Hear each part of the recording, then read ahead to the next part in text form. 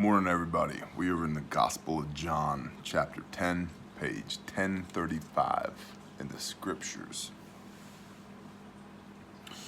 Yeshua has just healed a blind man, and the Pharisees are pissed. And they're pissed because at every turn he is undermining their false doctrines of man, their religion, and proving that he is the anointed of Yahweh, the Messiah. He just rebukes them in the end of chapter 9 here. And those of the Pharisees who were with him, with Yeshua, heard these words and said to him, "Are we blind too?" Yeshua answered them and said, "If you were blind, you would have no sin." What is sin? It's lawlessness.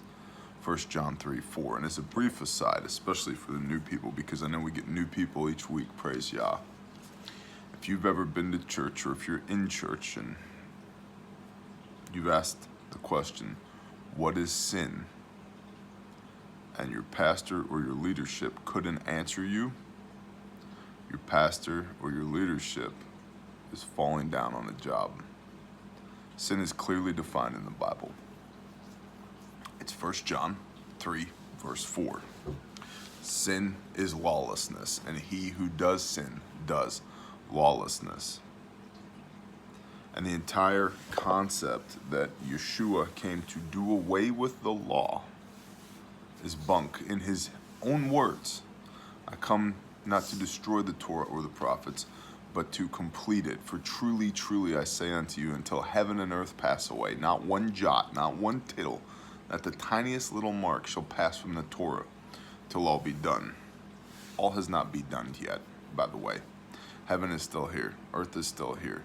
Torah is still in play. That's Matthew 5:17 through 19, by the way. And if you want an example of lawlessness, you don't have to look any further than the streets of America right now, as 100+ cities burn and people are rioting in the streets, justly or unjustly. That is lawlessness. And the concept that the Christian church would call us to walk in lawlessness when Messiah himself says, absolutely not. No, this is not how we walk. You walk the way I walk. 1 Peter 2:21, for this you were called, the Messiah having suffered for your sins, that you might follow in his steps, that in him there was no sin, no lawlessness. So, this rebuke at the end of John chapter 9, Yeshua said to them, if you were blind, you would have no sin, you would have no lawlessness. But now you say, we see, we got this all figured out. Therefore, your sin remains.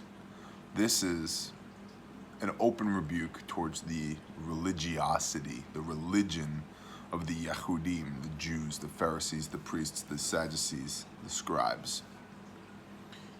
Because Yeshua comes not to destroy the Torah or the prophets, but to complete it. And he tells them elsewhere, he says, you hypocrites, you claim you have the Torah, but you don't even do it. That was his problem, one of his many problems with the Pharisees. So starting in chapter 10. Truly, truly I say to you, this is Yeshua speaking, Jesus, he who does not enter through the door into the sheepfold, but climbs up by another way, that one is a thief and a robber. But he who enters through the door is the shepherd of the sheep. The doorkeeper opens for him, and the sheep hear his voice, and he calls his own sheep by name and leads them out. And when he has brought out his own sheep, he goes before them, and the sheep follow him because they know his voice. And they shall by no means follow a stranger, but shall flee from him, because they do not know the voice of strangers. Yeshua used this figure of speech, but they did not know what he had been saying to them. Yeshua therefore said to them again, truly, truly I say to you, I am the door of the sheep. All who came before me are thieves and robbers, but the sheep did not hear them. I am the door. Whoever enters through me, he shall be saved, and shall go in and shall go out and find pasture. The thief does not come except to steal and to slaughter and to destroy. I have come that they might possess life, and they might possess it beyond measure. I am the good shepherd. By the way, this is the parable of the good shepherd. I am the good shepherd. The good shepherd lays down his life for the sheep. But the hireling, and not being a shepherd, one who does not own the sheep, sees the wolf coming and leaves the sheep and flees. And the wolf snatches the sheep and scatters them. Now the hireling flees because he is a hireling and not concerned about the sheep. I am the good shepherd, and I know mine, and mine know me. Even as the Father knows me, and I know the Father, and I lay down my life for the sheep. And other sheep I have which are not of this fold. I have to bring them as well, and they shall hear my voice, and there shall be one flock and one shepherd. Because of this, the Father loves me, because I lay down my life in order to receive it again. No one takes it from me, but I lay it down of myself. I have authority to lay it down, and I have authority to receive it again. This command I have received from the Father. And of course, again, there came division among the Yehudim. And now we're going to come to, let's unpack that parable first. Then we're going to come back to the Yehudi response here, what the Jews were thinking at this time. So the parable of the Good Shepherd. First of all, if there's anybody here that's unaware, we own sheep. There's a bunch of them, and I can see them from where I'm sitting. There's a bunch of them in my front paddock right now. So this makes a lot of sense to me. And it proves over and over again that the Father's people are an agricultural people. There are so many parables in here that don't make sense unless you've harvested grapes and crushed wine, or make far less sense. You might be able to understand it here, the metaphor, but it's harder to understand it here when you haven't done it. Father's people are an agricultural people, so go plant something. Go get dirt under your fingernails. Go do the things, okay? The sheep. Truly, truly, I say to you, he who does not enter through the door into the sheepfold, but climbs up by another way, that one is a thief and a robber. Somebody who's trying to climb into the sheep pen without using the door is probably trying to steal the sheep. So somebody who's coming to the kingdom, but not coming to the kingdom through Yeshua, is probably trying to steal the sheep. There's some dishonesty there. That person is a thief, Yeshua has said.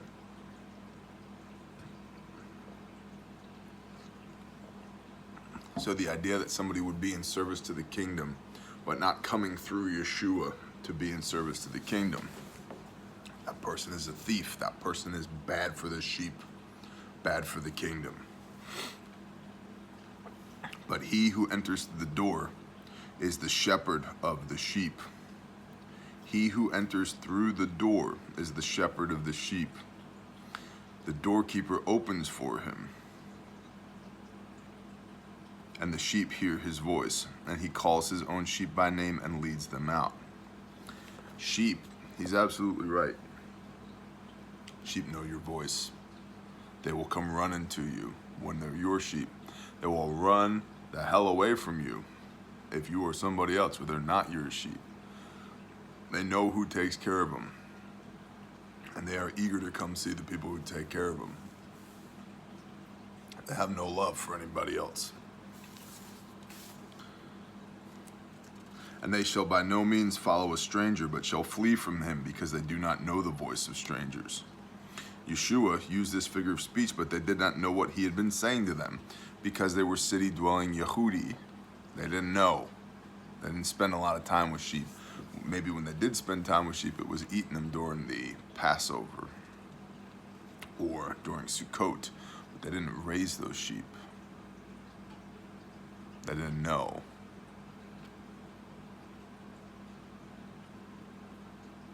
Yeshua therefore said to them again, truly, truly, I say to you, I am the door of the sheep. Now, why is that important? Back to verse 2, because he who enters through the door is the shepherd of the sheep. So when you're coming to service of the kingdom, the Father's people, the sheep, through Yeshua, if that's your avenue, things are going to go well for you. You are in the right place, the right headspace, the right heart space, the right soul space, if you'll give me that. If you're entering into service for the kingdom through Yeshua, Love the Lord your God with everything you've got and love your neighbor as yourself. Bingo. If you're not approaching it from that direction, which the Pharisees weren't, so this is yet again another rebuke of the Pharisees. They weren't coming to service to the kingdom through Yeshua.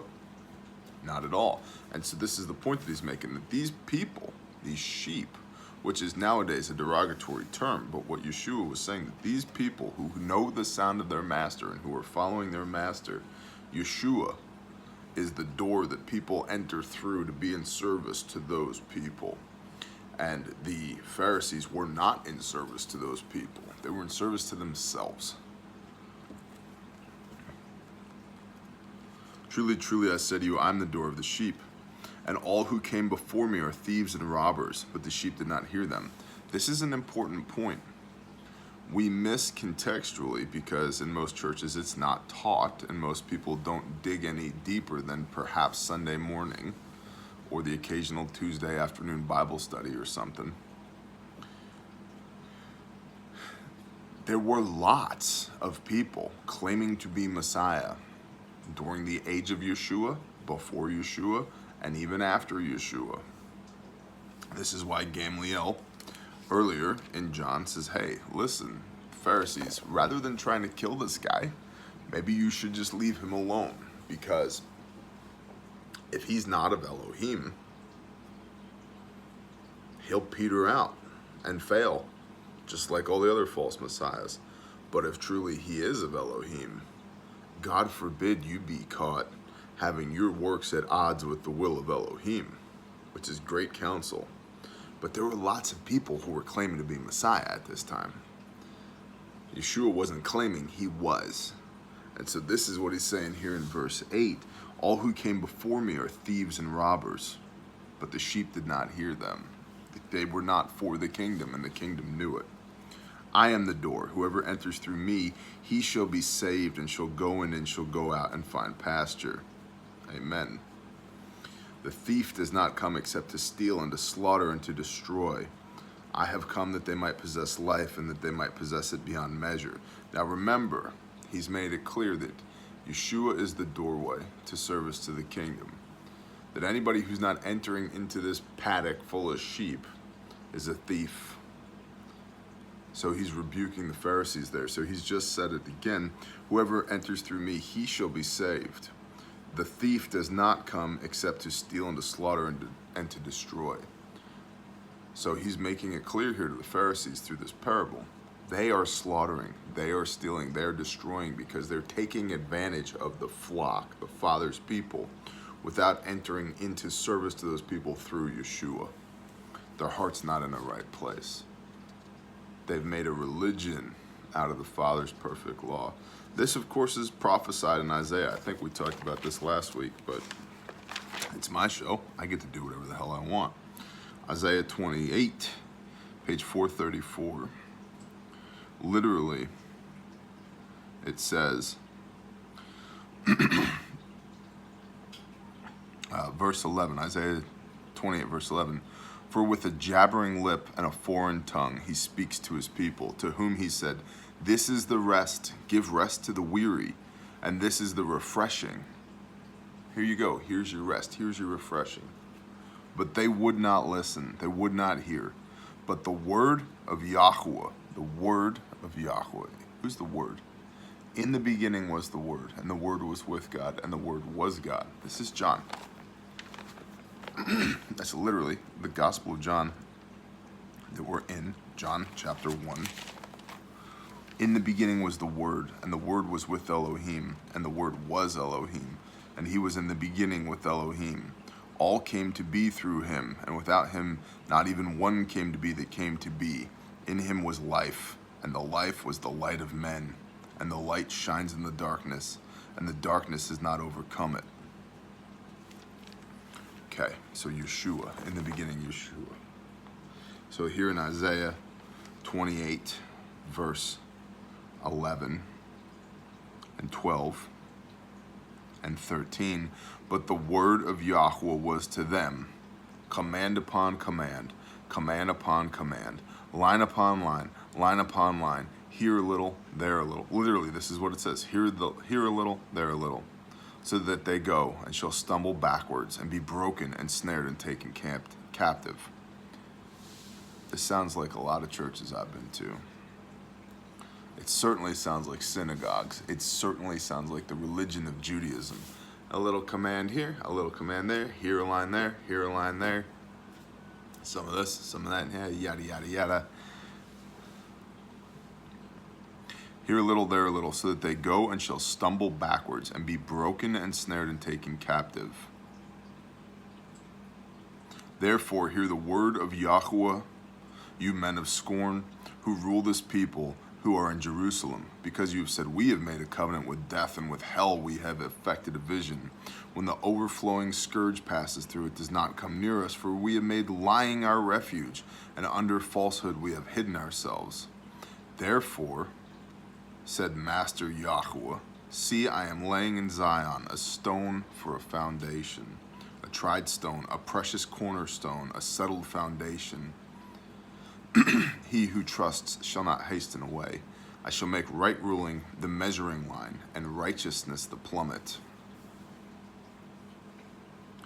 So, the cornerstone, the chief cornerstone that the builders rejected, that's Yeshua. Righteousness, which is blamelessly walking in all the commands of Yahuwah, is the plummet. That's how we know. By the way, plummet, or a plumb bob, is used for making sure that something is plumb, straight up and down, or upright.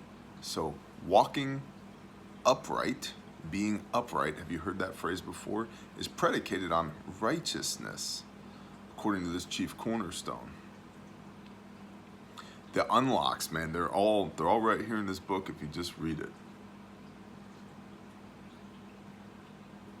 Righteousness is blamelessly walking in the commands of Yah. The cornerstone, Yeshua, is set, is founded on being upright and righteous. Luke 1 verse 6, blamelessly walking in the commands of Yah's righteousness. And right ruling is the measuring line. Right ruling means having the wisdom and discernment to do what is right according to the Torah, which is the Father's instruction for us. So Yeshua, which is the chief cornerstone of the rebuilding of the Father's people, the Father's relationship with his people, is founded on righteousness and right ruling. Isn't that incredible?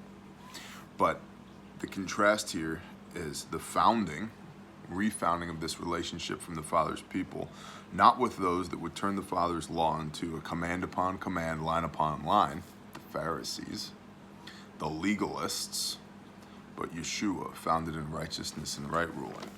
So the law was not nailed to the cross. The doctrines and dogmas of men, Colossians 2:14, what was written by hand against you is what was nailed to the cross. Yeshua redeemed you from your death under that law because of your lawlessness, 1 John 3:4, sin.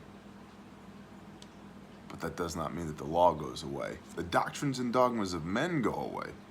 I come not to destroy the Torah of the prophets, but to complete it. I know sometimes it's hard to keep track of here. Back to the parable of the Good Shepherd over here in John 10. The thief does not come except to steal and to slaughter and to destroy. So he just essentially accused the Pharisees of stealing, slaughtering, and destroying. I have come that they, the sheep, might possess life, and that they might possess it beyond measure. I am the good shepherd. The good shepherd lays down his life for his sheep. But the hireling, you, Pharisees, scribes, high priests, but the hireling, not being a shepherd, one does not own sheep, sees the wolf coming and leaves the sheep and flees, and the wolf snatches the sheep and scatters them. Now the hireling flees because he is a hireling and is not concerned about the sheep. You've made a job out of this. You don't care about the sheep. You've made a job out of this. There's a rebuke. To be clear, I don't make a dime from reading the Father's word, nor do I want to make a dime from reading the Father's word. And I am highly suspicious of people that do earn money from reading the Father's word. Now, I understand that the workman is worth his hire. I get it. And I also understand 1 Timothy 5:8, he who does not work has denied the faith and is worse than an infidel. Absolutely. Agreed. I also know this. It should in no way be work to read the Father's word. And I am completely untrusting of pay-to-play pastors. Not at all. I'm good, bro. So, the hireling. Now the hireling flees because he is a hireling and is not concerned about the sheep. I am the good shepherd, and I know mine and mine know me. Good morning, bro. I'm sorry if I woke you up. Got a thumbs up. Either I'm forgiven or I didn't wake him up. I don't know yet. He hasn't had coffee yet. I don't think he's capable of words right now. Just like gross physical movements like this.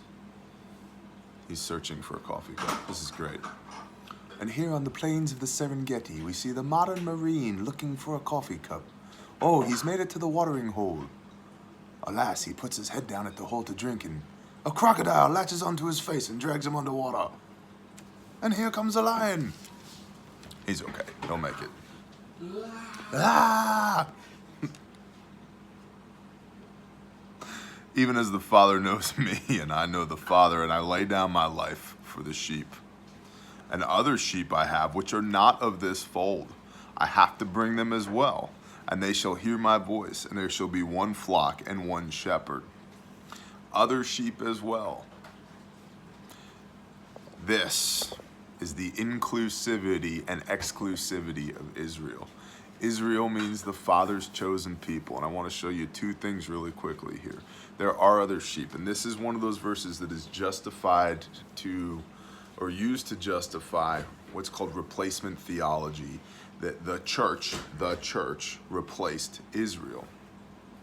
Two things I want you to see really quickly. The church meaning the Gentile believers in Messiah. Those that were not Hebrew in their genetics, but were from amongst the nations that came to believe in Messiah, that the church replaced Israel. Two things. The first, let's go to the book of Acts, which is just a few pages from here. We're going to go to Acts 15, verse 19.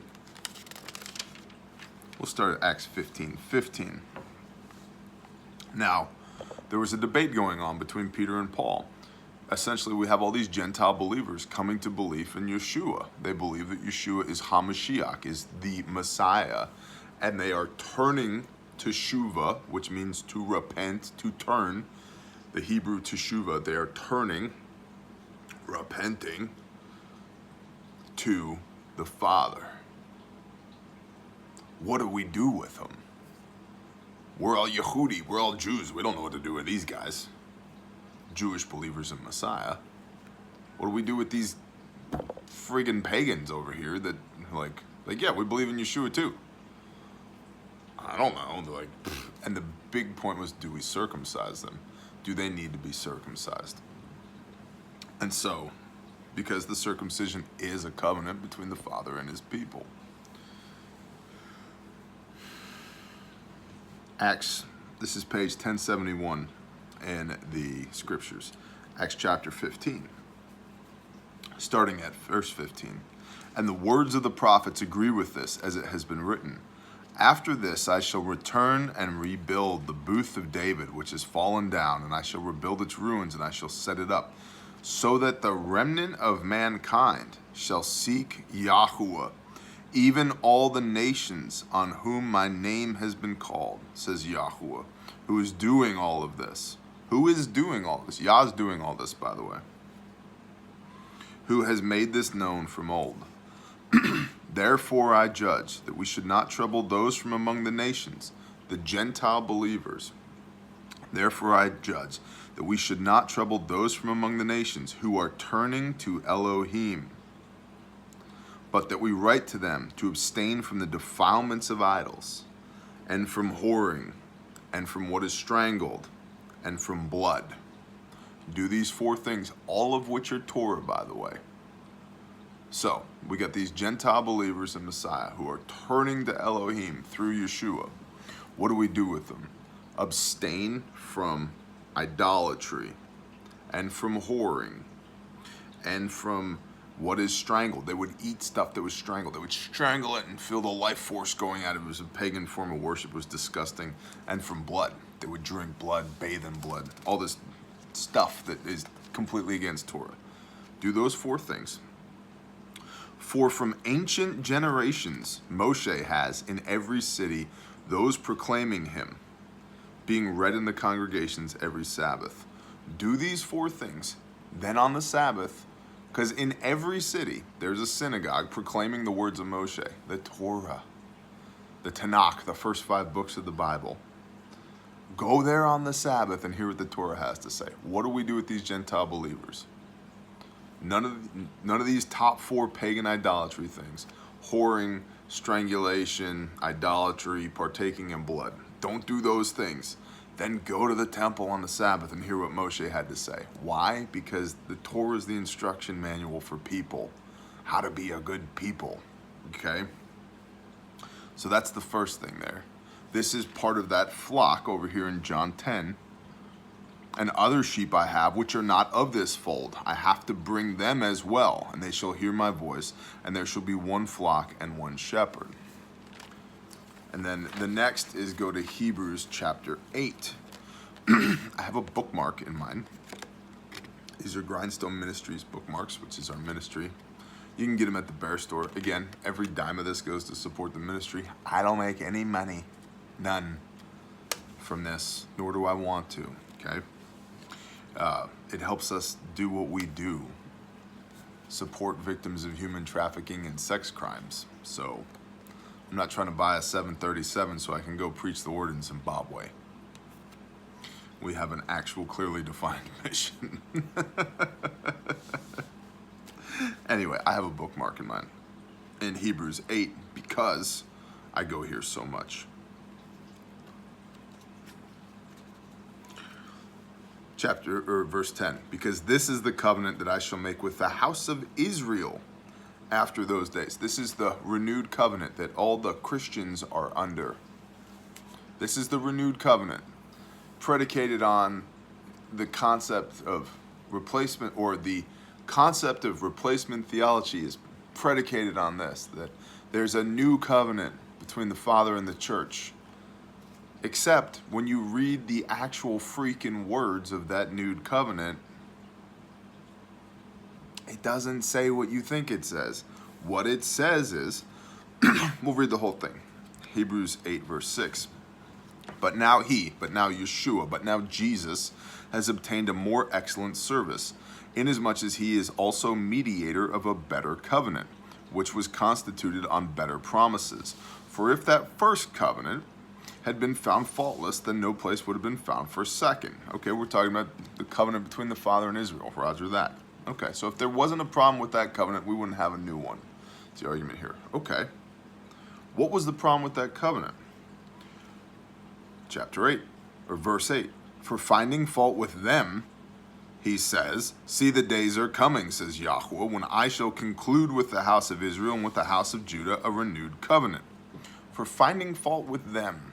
The issue was not with the covenant. The issue was with us, Israel, not keeping the covenant, which is the entire story of the Old Testament. It's Deuteronomy 28. If you diligently obey the voice of Yahweh, your Elohim, then you will be blessed. Well, they didn't. They kept messing it up. For finding fault with them, says Yahweh, see, the days are coming when I shall conclude with the house of Israel and with the house of Judah a renewed covenant, not according to the covenant that I made with their fathers in the day when I took them by the hand to lead them out of the land of Mitzrayim, because they did not continue in my covenant, and I disregarded them. So what was the issue there? They didn't continue in the covenant, and Yah disregarded them. He's just like, okay, y'all don't want to play? Me either. Have fun, I'm out. Because this, verse 10, because this is the covenant that I shall make with the house of Israel after those days, says Yahuwah, giving my laws in their mind and written on their hearts, and I shall be their Elohim, and they shall be my people. Given your what? Your law? Oh, snap. The renewed covenant that the whole church is predicated on is based on what? Let's read that again. Because this is the covenant that I shall make with the who? The church? No, the Pentecostals. That's right. No, the Mormons. Oh, that's right. That's right. My bad. Presbyterians. Methodists. Lutherans. Baptists. Non-denominational evangelicals. Catholics. No. Eastern Orthodox. No. Because this is the covenant that I shall make with the house of Israel. Here's the deal with my chosen people. Israel means he who has overcome with Elohim. He who is overcome with Elohim.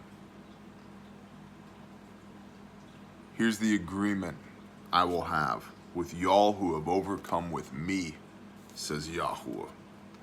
I will give my laws in their mind and write them on my heart, write them on their heart. And they will be my people, and I will be their Elohim.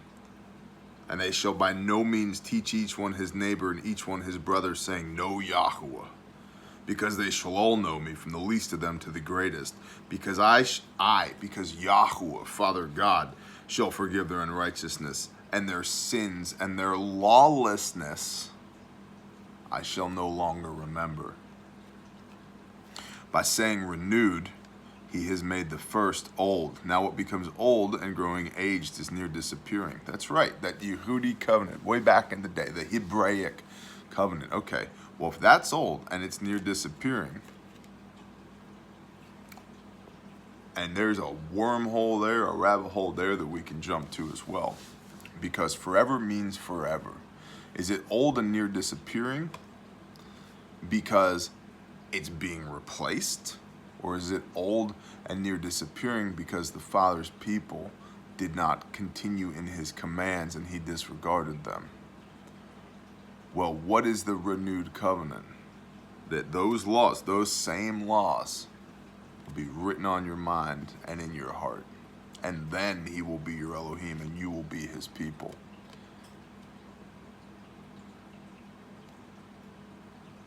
If you rent an apartment, the rental agreement says XYZ. If you mess it up and you get evicted, the next person that comes in to rent the apartment doesn't have a different rental agreement. The terms are the same. The price for the apartment is the same. Don't let your cat pee on the carpet. Don't break the appliances. Don't be scribbling on the walls. Keep the place up. If you have an issue, call the maintenance guy. The covenant, the agreement between two or more parties is the same. The parties are different. It's the same thing here. The parties are different, but the agreement is the same. Laws in your mind, written on your heart. Back to John chapter 10. The Good Shepherd. And other sheep I have which are not of this fold. I have to bring them as well. And they shall hear my voice, and there shall be one flock and one shepherd. Inclusivity, exclusivity. You are either part of that flock or you are not. And as I just showed you, the very conditions, biblically speaking, of your renewed covenant, the covenant that if you are the church you find yourself under, is in Acts chapter 15. No idolatry, no whoring, no strangulation, no blood. Go to the temple on the Sabbath and hear the words of Moshe. And the Father will put his laws in your mind and in your heart, and he will be your Elohim and you will be his people. one flock, one shepherd. Anything other than that is extra biblical and spiritual wickedness. It's the opinions, doctrines, and dogmas and traditions of man, not of Elohim. And I refuse to worship a man or what a man said. Not interested. Verse 17, John 10, verse 17, page 1036. Because of this, the Father loves me, because I lay down my life in order to receive it again. And no one takes it from me, but I lay it down of myself. I have authority to lay it down, and I have authority to receive it again. This command I have received from my Father. He's prophesying of his own death and resurrection. Again, there came a division among the Yehudim because of these words, and many of them said, he has a demon and is mad. Why do you listen to him? Others said, these are not the words of one possessed by a demon. Is a demon able to open the eyes of the blind? So, again, the disagreement. And at that time, Hanukkah came to be in Jerusalem, and it was winter. Now, Hanukkah is not the big abomination of a celebration that it's become commercialized traditions of doctrines and dogmas of men. It is a feast of dedication, during which time candles are lit every evening to commemorate the Maccabean victory over the Greeks in 165 BC. That's what Hanukkah is, biblically. The lighting of candles during a feast of dedication. It's not some big commercialized, and no, we don't celebrate Hanukkah. We don't celebrate Christmas either.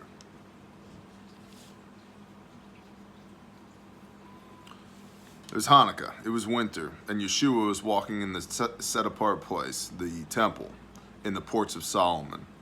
So the Yehudi, the Jews, surrounded him and said to him, how long do you keep us in suspense?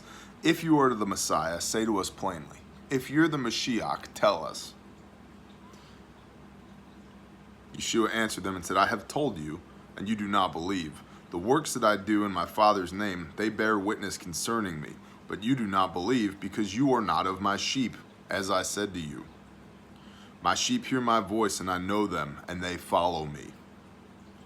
And I give them everlasting life, and they shall by no means ever perish, and no one shall snatch them out of my hand.